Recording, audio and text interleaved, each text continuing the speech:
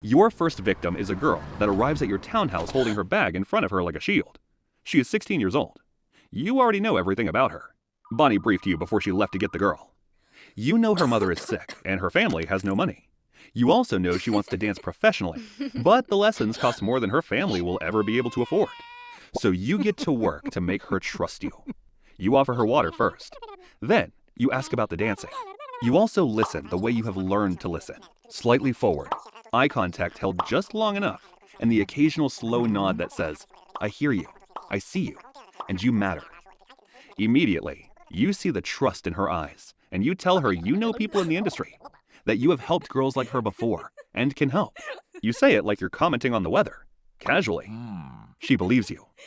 But you also know you have to break her fully. So you mention needing a massage. You tell her it's back problems, that it's completely normal and lots of people do it. You slide $300 across the table before she has agreed to anything just to force her hand. You watch her look at the money, then think about it. When she says yes, you exhale internally. It's your first time, and you were never sure if it would go the way you planned.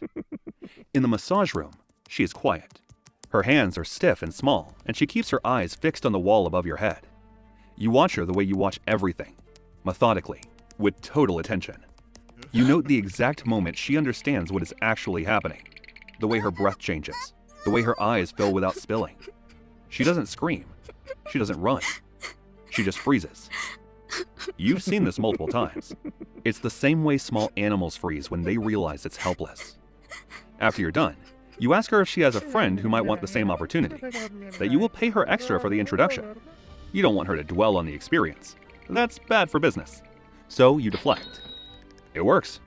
She leaves without saying a word. After she's gone, you make a note, and you pour yourself a drink. As you take a sip, you realize you never even got her name.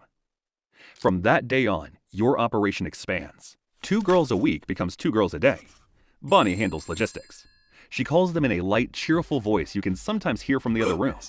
For years, the girls arrive at your townhouse with faces that scream of desperation. You already know everything about each one before they walk through the door. Bonnie is thorough that way. One's mother is sick. Another aged out of foster care last spring. One wants to be a model. And some just need someone to believe in them. You give each of them exactly what they need for exactly long enough to get what you want. But this system was never created for you alone. It has always been for the elites. Princes, politicians, financial moguls, and even presidents. They come to the townhouse first. Quiet evenings, good wine, and conversations that only happen when everyone at the table has more power than they know what to do with. The girls serve. Then they disappear into rooms that were never meant for them alone. Nobody says anything directly. Nobody has to. You also hire a photographer. His job is to capture everything. When your guest asks why, you tell them it's to preserve the memory, that you will send them a copy. They understand what that means. Years pass, and you turn 45. Your operation has gone global. Elites from all around the world fly in just to see what you're about and utilize your connections. You realize it's time to expand. You start with a ranch in New Mexico, then a Paris apartment for the European arrangements. But even those aren't enough. You need more isolation. So you do something you never thought you'd be able to do. You buy an island. Now, your guests arrive by air. They never change their expression except when they exchange smiles with you. The girls arrive the same way. The only difference is their faces change when they see the water. You know that expression well. It's an expression of acceptance. You love it. After all, you thrive on it. But some still try to escape. One girl even tries to swim for it. You watch from the docks as she makes it to maybe 40 meters before the current takes her sideways.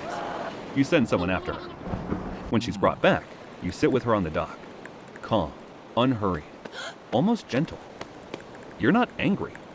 You just explain that you dictate who leaves and when. She never tries to escape again.